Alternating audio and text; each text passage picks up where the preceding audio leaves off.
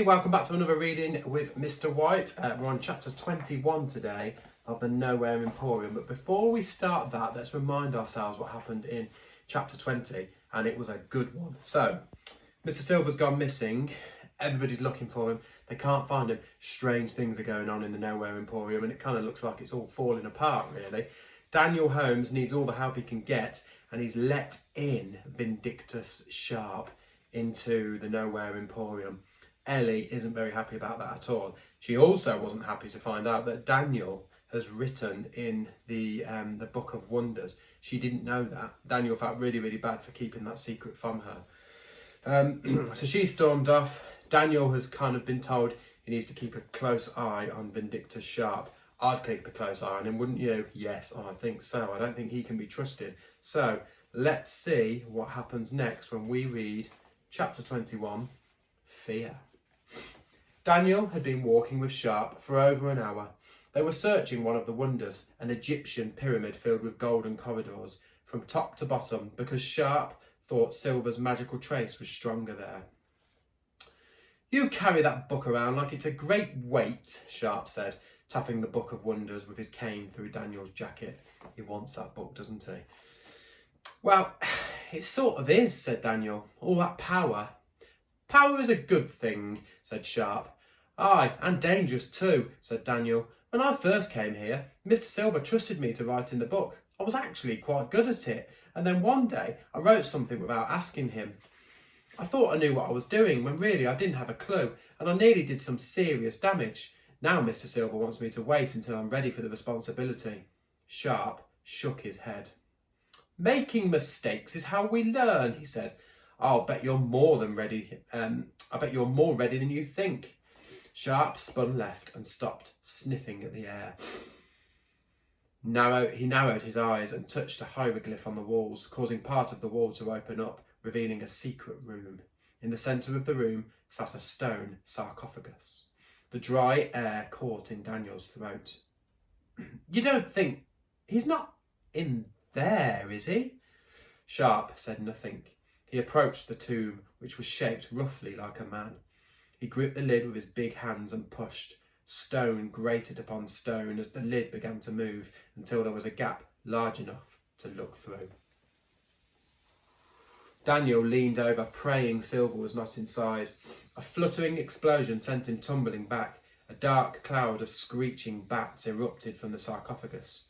They were in his hair, on his face, crawling on his skin. Sharp grabbed Daniel and dragged him out into the main passage, slamming his hand on the hieroglyph.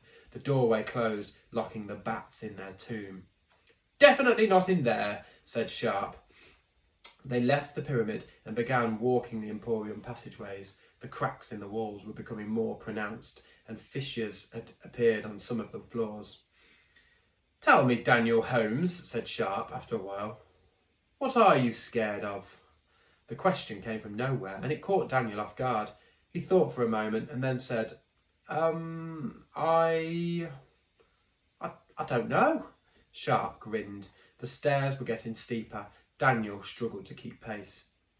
"You are frightened of something. I can smell it in the air around you. There's no shame in that, Daniel. But I will tell you this, whatever it is, whatever frightens you, it must be overcome. To be a truly great magician, you must be fearless. Lucian is the perfect example of a missed opportunity. I know him better than anyone. I've seen how his fears have bound him like chains, and I wonder what it might have achieved had he not spent his life running away." "Running from what?" said Daniel. Sharp waved a hand in the air as though he was swatting away a fly. "That doesn't matter. What does matter is that he was wasted his life wrapped in this cocoon of sparkling black brick, cut off from the world rather than changing it. If you let your fears take root, boy, they'll grow and multiply. Fear is a weakness." "I don't think he's wasted his life." "You are too young to know better," Sharp said, turning the tail of the sentence into a laugh. "Haven't you ever been scared?" said Daniel. And as the question left his lips, rain began to spit in the passageways. Sharp stared down at him as they walked, and the droplets of rain began to bend around them, leaving them dry. He did not answer the question.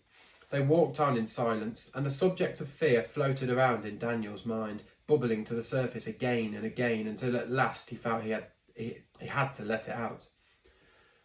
When I was a little boy, too little to properly remember, my dad died at sea. He was a fisherman. His boat went down in a storm with him inside it. Nobody could help him. He must have watched the water rise until there was nothing for him to do but breathe it in. Can you imagine what that must have been like? Sharp did not look around. That is not a pleasant way to die, if such a thing exists. I dream about it every night. I see him dying over and over, and I'm scared that it will happen to me. Sharp showed a spark of interest. You're scared of drowning? No, not drowning. It's just that, well, I can't imagine how frightened he must have been, knowing the end was coming, knowing he only had a few breaths left. And in the end, in his final seconds, when he should have been with the people he loved, he had nobody. He died in the dark with nobody's hand to hold. I don't want to be alone. The world began to shake. A rumble from deep within the Emporium filled the air, and the corridor groaned. Daniel leaned on the walls until the movement had subsided, and then all was still once more, save for the juddering and quaking of a nearby door and a distant rumble from beyond. Sharp stepped forward and threw open the door. Whatever wonder had lain beyond was now impossible to tell. All that remained was a room filled with wreckage, with twisted metal and darkness and spreading silence. What's happened? Asked Daniel. Sharp closed the door. He rubbed the stubble of his chin. There's so much raw magic in this place, so much untamed imagination. It all requires an anchor, something or someone to keep it under control. Lucian is that anchor. At this, Sharp touched the walls and shook his head. But it seems he no longer has the strength. Mr. Silva isn't controlling it anymore. Either he has already lost his grip, or it is slipping quickly away, said Sharp. The Emporium is beginning to rip at the seams. Some areas will be affected more than others to begin with, like diseased organs in a body. This is obviously one of them. How long can it last without him? There was desperation in Daniel's voice. He hadn't been part of the Emporium for very long, but he felt as if it had been part of him forever, like it had been waiting for him, calling to him his entire life. I don't know, said Sharp. Hard to tell with this much energy swirling around. Maybe days, maybe weeks or months, however long. It won't be pleasant. Days? Said Daniel. Sharp gave a shrug. As I say, I can't be sure. A pause. The corners of his mouth creased. I wonder, is it possible? What? Said Daniel. Is what possible? Sharp waved a hand. Oh, just thinking aloud, he said. I'm wondering, what would happen if we tried to use Lucian's book to find him? Oh, I think it's a trap, Daniel. Don't do it. Daniel's hand touched the cover through his jacket. But Mr. Silva told me not to, he said. And after what happened last time... You're forgetting the circumstances, boy, said Sharp. He sounded different, hungry somehow. I'm sure Lucian will understand. It's an emergency after all. And you aren't alone, are you? You have me to help. This might be our best chance of finding Lucian. Your best chance to save your friends. And all you have to do is create a door that'll lead us straight to Lucian. Daniel brought out the book and stared at the battered cover. His fingers drummed on the leather. Sharp right? Was it different this time? Maybe he could justify breaking Mr. Silva's rules in a desperate situation like this. At last, he said, You're right.